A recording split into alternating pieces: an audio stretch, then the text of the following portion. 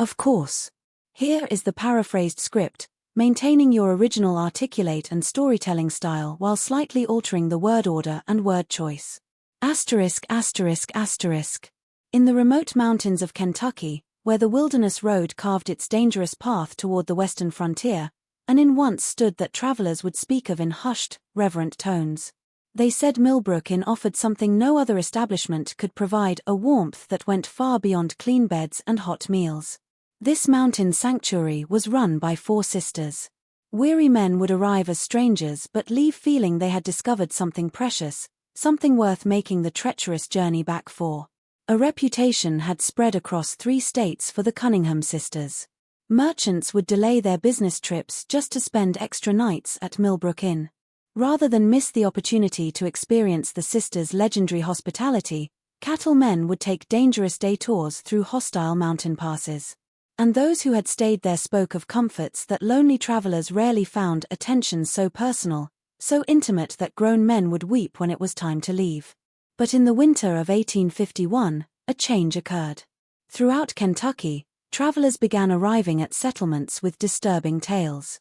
The road to Millbrook Inn, they claimed, had become littered with abandoned wagons and riderless horses. These reports were dismissed by local authorities as frontier hysteria, until a pattern emerged that could no longer be ignored. Dozens of men had vanished without a trace, and the last place anyone remembered seeing them was on the winding mountain path that led to the Cunningham sisters' welcoming door. Before we continue with the story of what really happened in those isolated Kentucky mountains, I need you to do something for me. Hit that subscribe button and ring the notification bell. You won't want to miss stories like this. And tell me in the comments what state you are listening from. I love connecting with listeners from across the country who share my fascination with America's buried secrets. What authorities were about to discover would reveal that the warmth travelers found at Millbrook Inn came with a price far more terrifying than anyone could have imagined. It was the year 1831 when Jeremiah Cunningham succumbed to consumption, leaving behind a thriving mountain estate and 4 daughters whose ages ranged from 16 to 26. The Cunningham property was located in the remote highlands between Virginia's Shenandoah Valley and the Kentucky frontier, sprawling across 800 acres of fertile mountain land, complete with livestock, grain fields, and most importantly, a strategically positioned inn that served travelers heading west on the wilderness road. The eldest at 26, Margaret possessed the sharp mind of a born businesswoman and the cold, calculating nature that would later prove so deadly. From their mother, Catherine, 24, had inherited ethereal beauty and an almost supernatural ability to make any man feel like the most important person in the world. Sarah, 22, shared her late mother's knowledge of mountain herbs and their various properties, knowledge that would prove far more sinister than anyone imagined.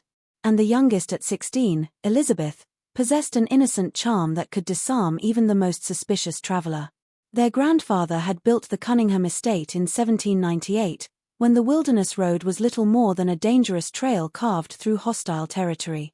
By 1831, it had evolved into one of the most respected stopping points for merchants, settlers, and adventurers heading toward the promise of Kentucky's bluegrass country. Prominently situated on a ridge overlooking the valley below was the main house, a substantial 2-story log structure with stone foundations. The inn portion consisted of 6 comfortable guest rooms, a large common area with massive stone fireplaces, and a kitchen capable of feeding dozens. What made the Cunningham place special wasn't just its location or amenities. It was the reputation for hospitality that had been carefully cultivated over 3 decades. Hundreds of miles away, in towns, travelers would speak about the warmth of the Cunningham welcome, the quality of their mountain whiskey, and the comfort of clean beds after weeks on dangerous roads. Jeremiah had built something more valuable than gold: trust. The property employed a small but loyal staff. A weathered mountain man in his 50s, Ezra Hawthorne had worked as foreman since the inn's early days. His knowledge of the mountains was encyclopedic, and his loyalty to the Cunningham family was absolute. 3 years earlier, 2 German immigrants, the Zimmer brothers, Klaus and Heinrich, had arrived seeking work and stability in the New World. They lived in a cabin near the property's eastern boundary and managed the livestock and agricultural operations with Germanic efficiency.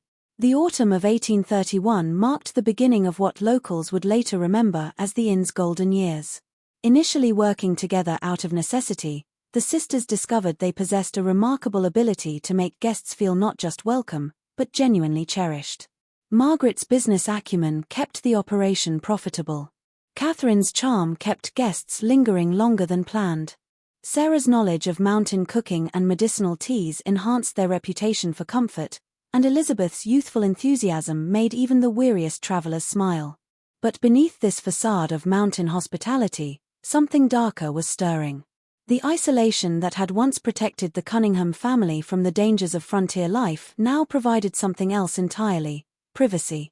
And privacy for 4 young women with sharp minds and few scruples could be a dangerous thing indeed. It was a November evening in 1832 when Thomas Kellerman arrived at Millbrook Inn, and with him came the first hint of the darkness to come. A cattle buyer from Richmond, Kellerman was traveling alone with a substantial purse of gold coins intended for purchases in Kentucky. He was a man of 45 years, recently widowed, with no children and few close ties, precisely the type of guest the sisters would later learn to identify with terrifying precision. When Kellerman's horse stumbled up the winding path to the inn, the temperature had dropped below freezing and a light snow was beginning to fall. Margaret greeted him at the door with her practiced smile, immediately noting the quality of his clothes, the weight of his saddlebags, and most importantly, the loneliness in his eyes. A man traveling alone just 1 year after losing his wife was carrying more than just money, he was carrying a desperate need for human connection. "Welcome to Millbrook Inn," Margaret said, her voice carrying just the right mixture of professionalism and warmth. "I'm Margaret Cunningham and these are my sisters. We'll make sure your stay is everything you need it to be." Kellerman's eyes brightened as he took in the warm glow of the common room, the smell of Sarah's venison stew, and the sight of Catherine arranging fresh wildflowers despite the season. This was exactly what a lonely widower needed, a place where beautiful, attentive women would treat him like family rather than just another paying customer. Over the next 3 days, the sisters provided Kellerman with an experience unlike any he'd ever encountered at an inn. Sarah's meals were restaurant-quality feasts featuring perfectly seasoned game, fresh bread, and her famous honey cakes. Margaret engaged him in lengthy conversations about business and politics, making him feel intellectually valued. Elizabeth's innocent laughter at his stories made him feel worldly and important. But it was Catherine who provided what Kellerman truly craved: the illusion of romance. On his second evening, after the other guests had retired, Catherine found Kellerman sitting alone by the fire, staring into the flames with the hollow expression of a man who had lost everything that mattered to him. She approached with 2 glasses of Sarah's special spiced rum, each warming perfectly in crystal tumblers that caught the firelight. "You seem troubled, Mr. Kellerman," she said, settling into the chair beside him with fluid grace. "Sometimes sharing a burden makes it lighter." For the next 2 hours, Kellerman found himself pouring out his heart to this beautiful woman who listened with such genuine attention. He spoke of his late wife, Mary, of their failed attempts to have children, of returning each evening to an empty house that still smelled faintly of her lavender soap. With perfect sympathy, Catherine listened, occasionally touching his hand or leaning closer with apparent compassion. "Loneliness is a terrible thing," she said softly as the fire burned lower. "But it doesn't have to be permanent." What happened next was never recorded in any official document. But Kellerman's behavior the following morning told its own story. He moved through breakfast with the satisfied expression of a man who had rediscovered reasons for living. He extended his stay by 2 additional days despite his original urgency to reach Kentucky. Most tellingly, he began making plans to return to Millbrook Inn on his journey home to Richmond. "I've never experienced hospitality like this," he told Margaret as he prepared to leave. "You and your sisters have created something truly special here. I'll be recommending this place to every traveler I meet." Margaret smiled and accepted his generous payment, nearly double the standard rate, pressed into her hands with genuine gratitude. "We look forward to your return visit, Mr. Kellerman. Safe travels." But Thomas Kellerman would never complete his journey to Kentucky. 3 days later, his horse was found wandering riderless near Cumberland Gap. Kellerman himself had simply vanished, leaving behind only questions and a mystery that would never be officially investigated. The assumption, logical enough for the dangerous frontier, was that he had fallen victim to bandits or wild animals. Only the Cunningham sisters knew the truth. A half-mile from the inn when Kellerman departed that morning, Heinrich Zimmer had been waiting in the woods. The German immigrant was handy with tools and possessed the kind of quiet efficiency that made him valuable for tasks that required discretion. Kellerman never saw the blow that ended his life, delivered with a blacksmith's hammer to the base of his skull. His body was wrapped in canvas and buried in a predetermined location deep in the mountain forest, while his substantial purse of gold coins found its way back to Millbrook Inn. That night, the four sisters sat around their kitchen table counting Kellerman's money and planning their future. Margaret had done the calculations. The amount they'd just acquired exceeded the inn's legitimate profits for an entire year. Catherine had proven that lonely men could be manipulated with shocking ease. Sarah had demonstrated that traces of evidence could be eliminated with the right knowledge of chemistry and mountain craft. And Elizabeth had shown that even the most innocent-seeming person could keep terrible secrets. "He won't be missed for weeks," Margaret said, stacking the gold coins with businesslike precision. "No family, no close friends, traveling alone to a place where no one knows him. Perfect."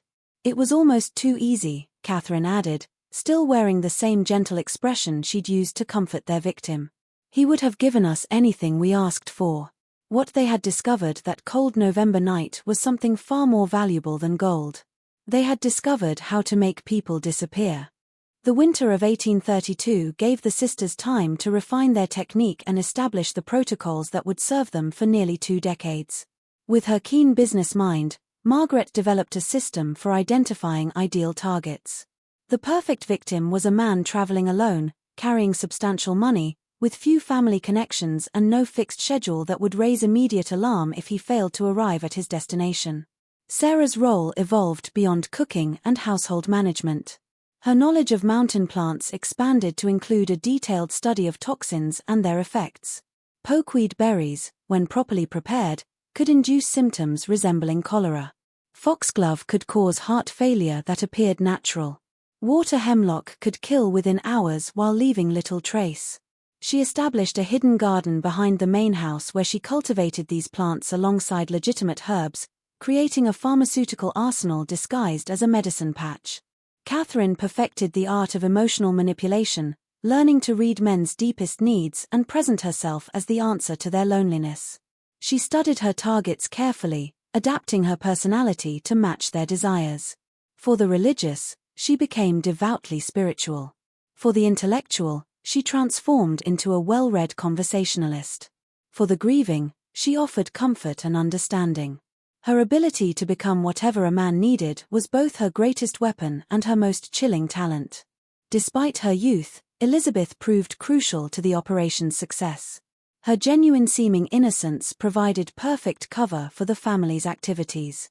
Suspicious guests found it impossible to maintain their wariness around a girl who seemed incapable of deception.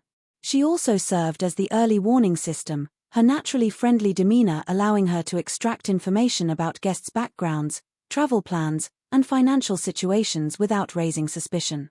The logistics of disposal had been worked out with Germanic efficiency by the Zimmer brothers. Klaus had discovered a series of natural caves in the mountainside, accessible only through a concealed entrance behind a rockfall. Bodies could be carried there under cover of darkness and sealed behind loose stones where the mountain's chemistry would accelerate decomposition. Personal effects were carefully sorted. Anything valuable was kept, while items that might identify the victim were buried separately or destroyed. Perhaps the most crucial role was Ezra Hawthorne's. His reputation in the region was beyond reproach, and his word carried weight with local authorities. When questions were occasionally raised about missing travelers, Ezra would solemnly confirm that the individual had indeed stayed at Millbrook Inn but had departed in good health and spirits. His weathered face and honest demeanor had never failed to satisfy even the most persistent inquirer. The spring of 1833 brought their second victim, a tobacco merchant named William Fraser from North Carolina. Fraser was transporting nearly $500 in silver coins, the proceeds from a successful season's crop sales. He was a bachelor of 38, known for his reclusive nature and his practice of making business trips alone to avoid sharing profits with partners. Fraser arrived on a rainy April evening, immediately drawn to the warmth and comfort of the inn. After weeks of uncomfortable travel, the sisters deployed their refined strategy with precision. Margaret engaged him in business discussions, learning about his financial situation and travel plans. Sarah provided exceptional meals that made him reluctant to continue his journey. Elizabeth entertained him with piano music and innocent charm that reminded him of the daughter he'd never had. But it was Catherine who sealed Fraser's fate. On his third night at the inn, she found him reading alone in the common room, a leather-bound volume of poetry open on his lap. She approached with apparent shyness, asking if he might read aloud, as she had little education but loved the sound of beautiful words. For 2 hours, Fraser read to Catherine by lamplight, his voice growing stronger and more confident as she listened with rapt attention. When he finished, she placed her hand gently on his arm and told him he had the most beautiful voice she'd ever heard. The loneliness that had hardened around Fraser's heart for decades began to crack. "I've never met anyone like you," he told her, his voice thick with emotion he'd suppressed for years. "You make me feel alive again." "Then don't leave tomorrow," Catherine replied, her eyes reflecting the lamplight with perfect calculated sincerity. "Stay another day. Let me listen to you read again." Fraser extended his stay by a week, during which Catherine gradually increased their intimacy while Sarah began introducing small amounts of pokeweed extract into his evening tea. The symptoms began subtly: mild stomach discomfort, slight dizziness, nothing alarming enough to cause immediate concern. Fraser attributed his malaise to the stress of travel and the emotional upheaval of his unexpected romantic feelings. On his final night at Millbrook Inn, Catherine invited Fraser to join her for a private dinner in her room. Sarah had prepared his favorite meal along with a bottle of wine laced with a carefully calculated dose of water hemlock extract. As Fraser sat across from Catherine in the intimate candlelight, sharing his dreams and fears with a woman he believed might change his life forever, he had no idea he was already dying. The poison worked exactly as Sarah had predicted. Fraser's death appeared to be a sudden heart attack brought on by excitement and overexertion. His body was discovered the next morning in Catherine's bed, apparently having died peacefully in his sleep after a night of passion. Even if a doctor had been available to examine the body, the symptoms perfectly matched those of natural cardiac failure in a middle-aged man with a previously sedentary lifestyle.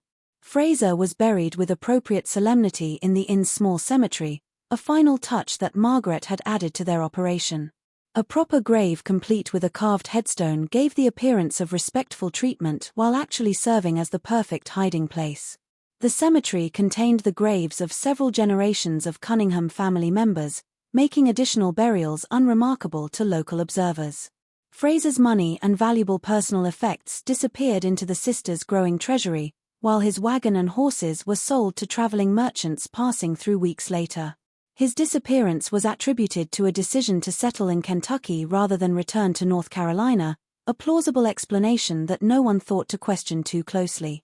By the end of 1833, the sisters had perfected a system that was virtually undetectable.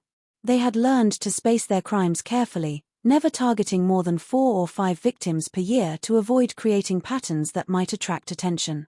They developed cover stories for guests who died at the inn, ranging from heart attacks to accidents to decisions to settle permanently in the West. Most importantly, they learned to trust each other completely, creating a conspiracy so tight that not even the slightest hint of their activities ever reached the outside world. Just when we thought we'd seen it all, the horror at Millbrook Inn intensifies. If this story is giving you chills, share this video with a friend who loves dark mysteries. Hit that like button to support our content, and don't forget to subscribe to never miss stories like this. Let's discover together what happens next, because the Cunningham sisters were just getting started. Between 1834 and 1845, Millbrook Inn achieved a reputation that extended throughout the Mid-Atlantic region and beyond. Travelers spoke of it in the same reverent tones reserved for the finest establishments in Richmond or Baltimore. The sisters had created something unprecedented, a remote mountain inn that provided luxury accommodations and service rivaling the best urban hotels. Margaret had expanded their legitimate business operations significantly. The inn now maintained a stable of quality horses for guests, operated a small distillery producing premium mountain whiskey, and even offered guided hunting expeditions led by Ezra Hawthorne. These legal enterprises provided substantial income and, more importantly, gave the sisters a reputation as savvy businesswomen rather than simply innkeepers. The guest registry from this period, carefully preserved in the Virginia State Archives, tells the story of their success. Merchants from Charleston, politicians from Richmond, land speculators from Baltimore, and adventurers from as far away as Boston signed their names in Margaret's elegant ledger book. Many returned multiple times, becoming regular patrons who praised Millbrook Inn to their colleagues and friends. But hidden within this legitimate success was a carefully orchestrated killing machine that operated with clockwork precision. The sisters had refined their victim selection to an exact science. Catherine developed an almost supernatural ability to identify the men who would never be missed, the loners, the outcasts, the ones carrying secrets that made them avoid close relationships. Sarah's knowledge of poisons had expanded to include dozens of plant and mineral toxins, each with different symptoms and detection profiles. Elizabeth had learned to extract detailed personal information from guests through seemingly innocent conversation, and Margaret coordinated everything with the precision of a military operation. During these years, they claimed approximately 43 victims, the exact number later found by the railroad surveyor. Each death was carefully planned and executed according to strict protocols that minimized risk while maximizing profit. The sisters developed detailed profiles of their targets, sometimes observing potential victims for weeks before making their final decision. Consider the case of Jonathan Waverley, a land surveyor from Pennsylvania who arrived in September 1838. Waverley was conducting mapping work for the state government, a job that required him to travel alone through remote areas for months at a time. He carried surveying equipment worth considerable money along with payment for his work and funds for purchasing land parcels he'd identified as investment opportunities. Margaret immediately recognized Waverley as an ideal target. His work required extended absences from civilization, meaning his disappearance might not be noticed for months.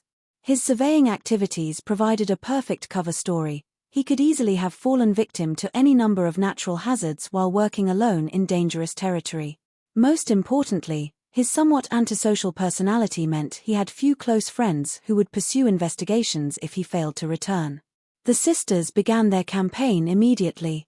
Sarah prepared special meals featuring game Waverley had watched Ezra hunt, creating a connection between the food and the rugged mountain environment he found so appealing.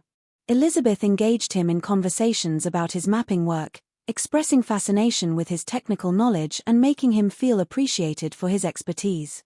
Margaret discussed potential land investments with him, positioning herself as a local expert who could help him identify profitable opportunities. But it was Catherine who provided the element that sealed Waverley's fate.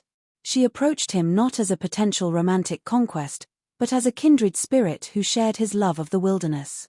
She revealed an apparently extensive knowledge of mountain flora and fauna gleaned from years of careful study that actually served her poison research.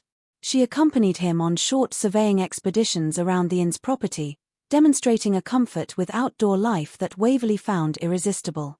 "I've never met a woman who understood the mountains the way you do," Waverley told her during one of their excursions, his professional reserve finally cracking. "Most people see only wilderness. But you see the beauty and the order underneath." "I've lived here all my life," Catherine replied, stepping closer to him as they stood on a ridge overlooking the valley. "The mountains have taught me things that books never could, things about life, about death, about the balance between them." Waverley extended his planned 2-day stay into 3 weeks, ostensibly to conduct more thorough surveying work in the area, but actually because he had fallen completely under Catherine's spell. During this time, Sarah gradually introduced increasingly potent toxins into his food, creating symptoms that mimicked the early stages of mountain fever, a genuine hazard that had claimed the lives of several surveyors in recent years. The poison Sarah used for Waverley was her own innovation, an extract from destroying angel mushrooms that produced liver failure over the course of several days. The symptoms perfectly matched those of mountain fever, and even an experienced doctor would have been unlikely to distinguish between the two conditions. Waverley's death appeared to be a tragic but entirely predictable occupational hazard. His surveying equipment was sold to a merchant in Kentucky, while his detailed maps became part of Margaret's growing collection of intelligence about the region's geography and resources. His body joined the others in the sealed mountain caves, while his name was added to the local records as another victim of the dangerous frontier lifestyle. The brilliance of the sisters' operation lay not just in their killing methods, but in their ability to maintain the illusion of respectability. They attended church services in the nearby settlement of Millbrook, contributed generously to community causes, and maintained friendships with local families. Margaret served on the board of the Regional Merchants Association, while Sarah provided medical assistance to neighboring farms during times of illness. Catherine taught Sunday school to local children, and Elizabeth organized social events that brought together isolated mountain families. This community involvement served multiple purposes. It provided them with alibis and character witnesses for times when questions might be raised about missing guests. It gave them access to information about travelers passing through the region. Most importantly, it established them as pillars of the community whose word would never be questioned by local authorities. The sisters also developed an extensive network of business relationships that helped legitimize their growing wealth. They invested in land purchases throughout the region, gradually assembling a portfolio of properties that generated rental income and appreciated in value. They loaned money to local farmers and merchants, earning both interest payments and influence within the community. They even purchased shares in several riverboat companies operating on the Ohio River, diversifying their investments while creating additional sources of income. By 1845, the Cunningham sisters were among the wealthiest landowners in Western Virginia. Their success story was held up as an example of what determined women could achieve, even in the challenging frontier environment. Local newspapers occasionally featured articles about the enterprising Cunningham sisters who had built a thriving business empire from their inherited mountain property.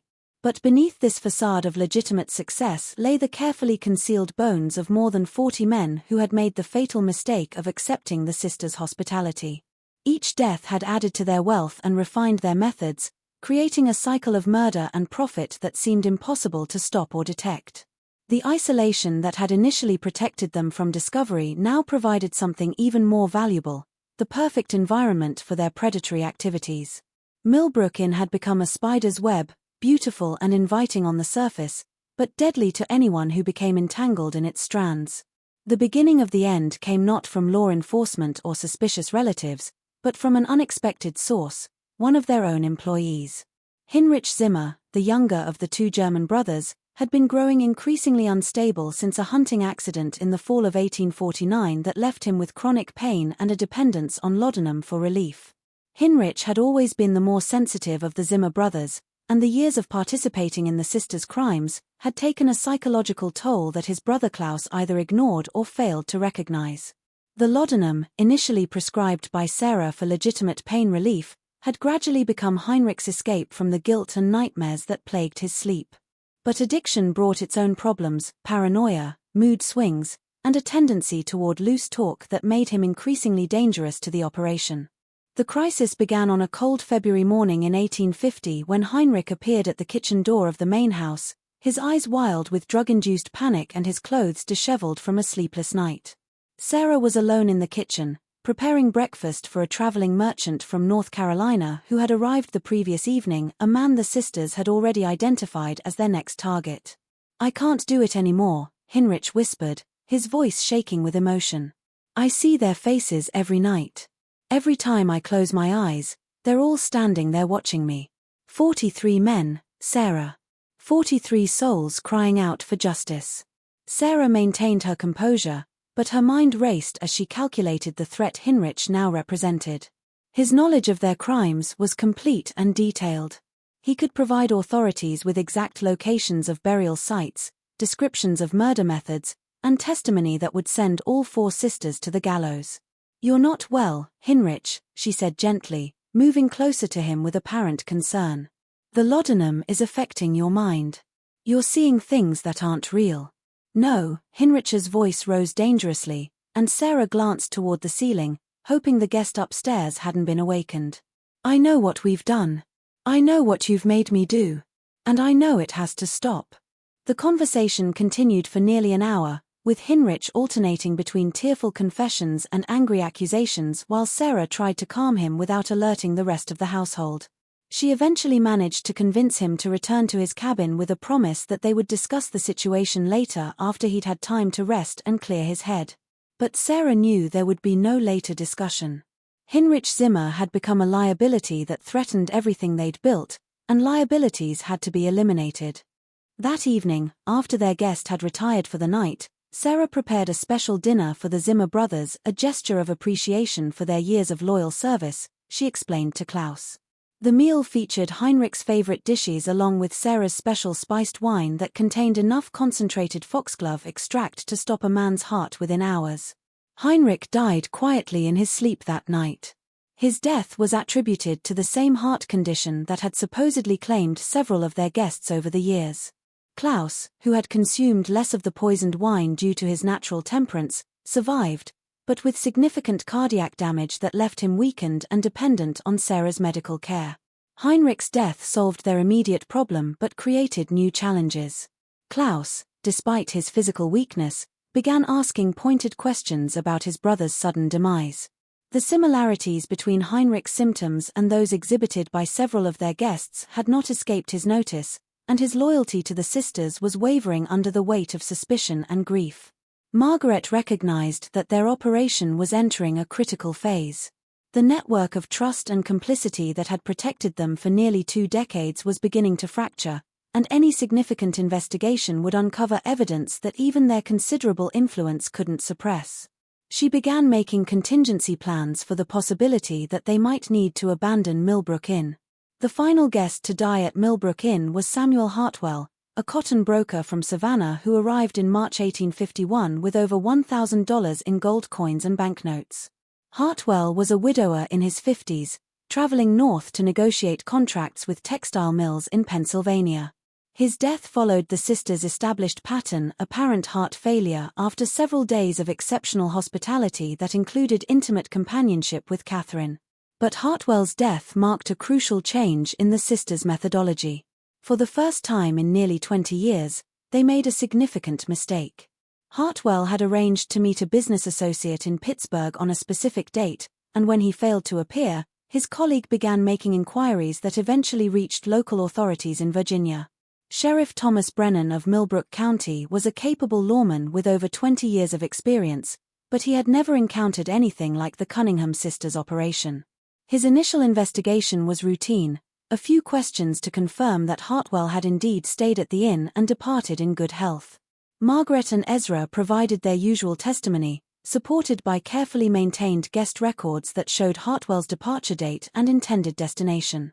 But Brennan was more persistent than previous inquirers, and his investigation began uncovering small inconsistencies in the sisters' story.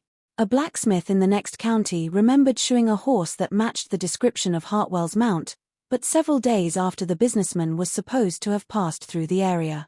A merchant recalled purchasing supplies from someone who resembled Hartwell, but again the timing didn't match the official departure date from Millbrook Inn. These discrepancies were minor and might have been explained by any number of innocent factors, but they were enough to plant seeds of doubt in Brennan's mind.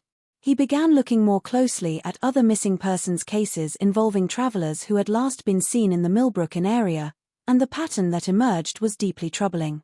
Sheriff Brennan's investigation accelerated rapidly once he began examining the broader pattern of disappearances around Millbrook Inn. His review of county records revealed that over the past 20 years, at least 15 different missing persons cases had involved travelers who were last confirmed to be staying at the Cunningham property. While individual cases could be explained by the various hazards of frontier travel, the statistical clustering was impossible to ignore. Brennan was careful not to alert the sisters to his investigation, conducting his inquiries discreetly and avoiding direct contact with anyone connected to the inn. His breakthrough came when he interviewed Klaus Zimmer during one of the German immigrants' rare trips to town for supplies. Klaus, still grieving his brother's death and increasingly suspicious about the circumstances surrounding it, proved more talkative than usual. "My brother Heinrich, he was troubled before he died," Klaus told Brennan during what appeared to be a casual conversation outside the general store. "He spoke of things that kept him awake at night. The mountains hold many secrets, Sheriff," and not all of them should stay buried. This cryptic statement might have meant nothing to a less experienced investigator, but Brennan recognized the signs of a man struggling with dangerous knowledge. He arranged a private meeting with Klaus at a location far from Millbrook Inn, where the full truth finally began to emerge. Klaus's confession was halting and incomplete. Years of fear and loyalty struggled against guilt and suspicion as he revealed fragments of what he knew. He couldn't bring himself to explicitly accuse the sisters of murder, but he provided enough details about mysterious late-night activities, unexplained burials, and his brother's growing distress to give Brennan the evidence he needed to obtain search warrants. The raid on Millbrook Inn was conducted at dawn on April 15, 1851, with a force of 8 armed deputies surrounding the property to prevent escape. Brennan had coordinated with federal marshals to ensure that any evidence found would be properly handled, recognizing that the case might involve crimes across state lines. The sisters met the arrival of law enforcement with characteristic composure. Margaret greeted Brennan at the front door with polite concern, expressing hope that she could assist with whatever investigation had brought him to their property. Catherine appeared genuinely distressed by the suggestion that anything improper might have occurred at their respectable establishment. Sarah offered to prepare refreshments for the officers, while Elizabeth seemed confused and frightened by the accusations being leveled against her family. But their practiced performances couldn't conceal the physical evidence that 20 years of murder had left behind. The search of the main house revealed several items that clearly belonged to missing travelers: a distinctive silver pocket watch engraved with Samuel Hartwell's initials, a leather portfolio containing business documents belonging to Thomas Kellerman, and a collection of personal letters and photographs that represented dozens of different victims. More damning still was Sarah's carefully maintained garden of poisonous plants, which included several species that had no legitimate medicinal applications. Her collection of books on botany and chemistry revealed an expertise in toxicology that went far beyond the knowledge required for normal household remedies. Hidden in her private room, investigators found detailed notes describing the effects and dosages of various plant toxins, along with records that clearly corresponded to the deaths of specific guests. The discovery of the burial caves was the final piece of evidence needed to confirm the scope of the sisters' crimes. Klaus, facing charges as an accessory to murder, led investigators to the concealed entrance behind the rockfall. Inside the caves, exactly as the railroad surveyor would find them months later, were the skeletal remains of 43 men along with personal effects worth thousands of dollars. Each skeleton told its own story of violent death. The puncture wounds found at the base of several skulls indicated that some victims had been killed quickly with sharp instruments, likely while they were unconscious from poison or alcohol. Others showed signs of strangulation or suffocation. A few appeared to have died from poison alone, their bones showing the chemical changes associated with heavy metal toxicity. The trial of the Cunningham Sisters became one of the most sensational legal proceedings in Virginia history. Newspapers throughout the country covered the case, fascinated by the story of 4 women who had operated one of the most successful criminal enterprises in American history. The prosecution, led by Commonwealth Attorney Daniel Hutchinson, presented overwhelming evidence of a conspiracy that had lasted nearly 20 years and claimed more than 40 lives. Margaret maintained her innocence throughout the proceedings, claiming that any evidence found at the inn had been planted by enemies seeking to destroy their family's reputation. Catherine broke down completely during her testimony, alternating between denials and tearful confessions that implicated all 4 sisters in the murders. Sarah refused to speak at all, maintaining a stoic silence that many interpreted as an admission of guilt. Elizabeth, the youngest and most sympathetic defendant, claimed to have been coerced by her older sisters and begged for mercy from the court. The defense strategy focused on the isolation and vulnerability of 4 orphaned women trying to survive in a dangerous frontier environment. The sisters' attorney, Marcus Fairfield, argued that they had been driven to desperate measures by circumstances beyond their control, and that their youth and gender should be considered as mitigating factors in their sentencing. But the overwhelming evidence and the shocking scope of their crimes made any sympathy difficult to sustain. The jury deliberated for less than 3 hours before returning guilty verdicts for all 4 defendants on multiple counts of murder in the first degree. The sentencing was swift and final. Margaret, Catherine, and Sarah were condemned to hang, their execution scheduled for October 12, 1851. Elizabeth, largely due to her age at the time the crimes began and her apparent cooperation with authorities, received a sentence of life imprisonment without possibility of parole. The executions were carried out as scheduled on a grey October morning, with hundreds of spectators gathering to witness the end of the Cunningham Sisters' story. Margaret faced her death with the same cold composure she had shown throughout the trial, offering no final words of remorse or explanation. Catherine and Sarah stood together on the scaffold, holding hands as the nooses were placed around their necks, their final moment of sisterly solidarity a stark contrast to the calculated cruelty they had shown their victims. Elizabeth Cunningham was transported to the Virginia State Penitentiary in Richmond, where she would spend the remaining 37 years of her life. Prison records indicate that she maintained her innocence until her death in 1888, claiming repeatedly that she had been a victim of her sister's manipulation rather than a willing participant in their crimes. She never received visitors and left no written account of her experiences at Millbrook Inn. Klaus Zimmer, granted immunity in exchange for his testimony, disappeared shortly after the trial concluded. Some reports placed him in Ohio, others in Missouri, but he was never officially located again. The trauma of his brother's death and his role in exposing the sisters' crimes appeared to have broken him completely, leaving him unable to settle anywhere or form lasting relationships. Ezra Hawthorne faced charges as an accessory to murder, but his advanced age and his cooperation with authorities earned him a reduced sentence of 10 years in prison. He died in custody in 1854, reportedly still maintaining that he had never suspected the true nature of the sisters' activities and had believed their explanations for the various deaths and disappearances. Millbrook Inn itself was sold at auction to satisfy legal judgments against the Cunningham estate. The new owners, a family named Fletcher from Richmond, attempted to continue operating it as a legitimate inn, but the property's notorious reputation made it impossible to attract guests. The building stood empty for several years before being purchased by a mining company that demolished the structures and converted the land to industrial use.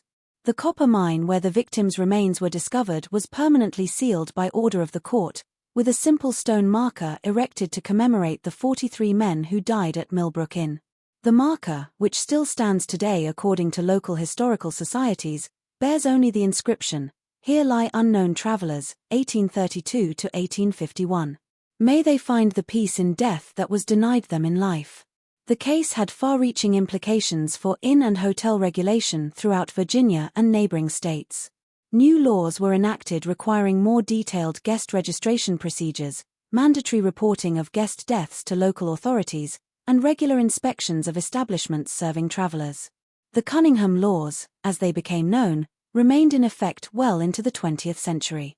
Perhaps most significantly, the Millbrook Inn case became a cautionary tale about the dangers of isolation and the potential for evil to flourish in places far from civilized oversight. Criminal investigators began paying closer attention to patterns of disappearances around remote establishments, leading to the discovery of several smaller-scale operations that might otherwise have continued undetected. The financial investigation revealed the true scope of the sisters' success.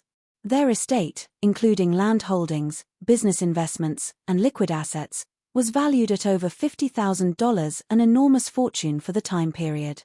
The money was used to compensate victims' families where possible and to fund improvements to law enforcement capabilities in remote areas of Virginia. Modern criminologists who have studied the case note several factors that contributed to the sisters' remarkable success. Their operation combined careful victim selection, sophisticated killing methods, excellent disposal techniques, and most importantly, a perfect cover story that made their crimes nearly invisible to contemporary investigators. The isolation of their location provided privacy for their activities, while their reputation for hospitality created a steady stream of potential victims. The psychological profiles developed by modern experts suggest that Margaret was the primary architect of the operation, possessing the antisocial personality traits and organizational skills necessary to plan and execute such a complex criminal enterprise. Catherine likely suffered from what would now be recognized as borderline personality disorder, making her capable of forming intense but ultimately meaningless emotional connections with victims. Sarah's expertise with poisons suggests a fascination with death and control that bordered on sadistic. Elizabeth's role remains the most ambiguous. Whether she was a willing participant or a coerced accomplice may never be definitively determined. What makes the Millbrook Inn case particularly chilling is how easily it could have continued indefinitely. Had Heinrich Zimmer not suffered his psychological breakdown, or had Sheriff Brennan been less persistent in his investigation, the sisters might have continued their activities for decades longer. The randomness of their ultimate discovery serves as a reminder that many historical crimes may have gone completely undetected, their perpetrators taking their secrets to unmarked graves. The story of the Cunningham Sisters also highlights the vulnerability of travelers in the pre-industrial era. When communication was slow and transportation was dangerous, a man could disappear between two towns and not be missed for months, if ever. The sisters exploited this vulnerability with ruthless efficiency, turning the hospitality industry itself into a weapon against the lonely and isolated. Local folklore in Western Virginia preserved distorted versions of the Millbrook Inn story for generations. Some tales portrayed the sisters as victims of circumstance who were driven to desperate measures by poverty and isolation. Others transformed them into supernatural entities who lured victims through magical means rather than simple manipulation. The truth, as revealed by court records and contemporary accounts, is both more mundane and more terrifying than any ghost story. The physical location of Millbrook Inn became a source of local superstition well into the 20th century. Hunters and hikers reported finding unusual artifacts in the area: old buttons, pieces of clothing, rusted metal objects that might once have belonged to the sisters' victims. Whether these discoveries were genuine relics or simply the products of overactive imaginations influenced by the location's notorious history remains unknown. Several attempts were made over the years to locate additional burial sites that might contain victims who were disposed of through other methods. Ground-penetrating radar surveys conducted in the 1980s identified several soil anomalies consistent with unmarked graves, but legal and ethical considerations prevented extensive excavation. The possibility remains that the 43 victims found in the mine represent only a portion of the sisters' total kill count. The Cunningham case file, housed in the Virginia State Archives, continues to attract researchers and amateur historians fascinated by one of America's most successful serial killing operations. The detailed records kept by Margaret Cunningham, combined with Sarah's botanical notes and the physical evidence recovered from the property, provide an unusually complete picture of how such crimes were planned and executed in the 19th century. This mystery shows us how easily evil can hide behind a facade of respectability and how isolation can provide the perfect cover for the most heinous crimes. The story of the Cunningham sisters serves as a reminder that monsters don't always look like monsters. Sometimes they look like charming hostesses offering weary travelers exactly what they need most. What do you think of this story? Do you believe everything was revealed, or might there be more secrets buried in those Virginia mountains? Leave your comment below and tell me what you think really happened at Millbrook Inn. If you enjoyed this tale and want more horror stories like this, subscribe, hit the notification bell, and share with someone who loves mysteries. The past is full of dark secrets waiting to be uncovered, and I'll be here to help you discover them. See you in the next video, where we'll explore another chapter from America's hidden history of terror.